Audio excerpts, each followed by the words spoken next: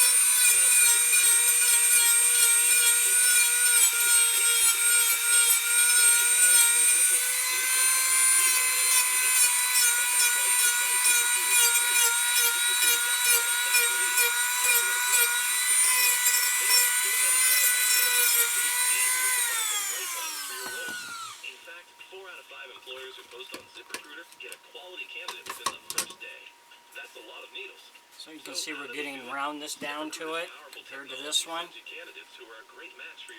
So we're going to keep working on that till we get it nice and rounded how we want it, and then we'll move on to the next step. If you enjoy my videos, please like and subscribe on my YouTube page. I'd appreciate it. Got any questions or comments, put it in my comment section. I'll get back with you. Thanks for watching.